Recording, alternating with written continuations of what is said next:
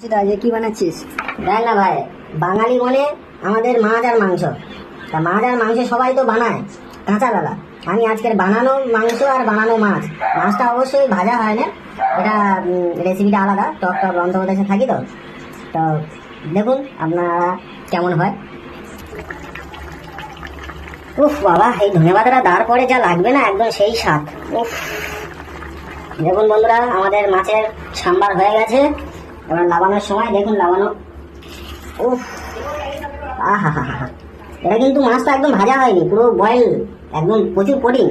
এই chicken curry যাচ্ছে, চিকেনের সাথে আলু দেওয়া আছে আর বেশ চর্বিও দেওয়া আছে চিকেনে। একদম সেই স্বাদ লাগবে। আপনারা দেখুন, দেখে কমেন্ট করে বলবেন। আমার তো খুব ভালো লাগে।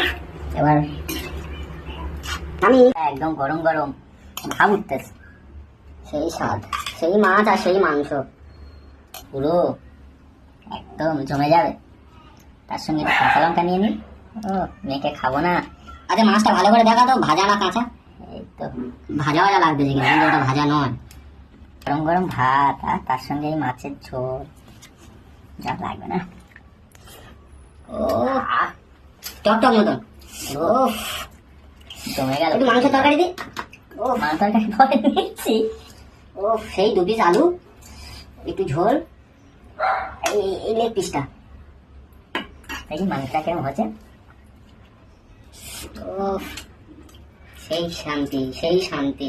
মাংসের তরকারি মেটেটা যা লাগলো পূর্ব, এর সঙ্গে একটু আলু যে মেখে, একটু ভাত। ও,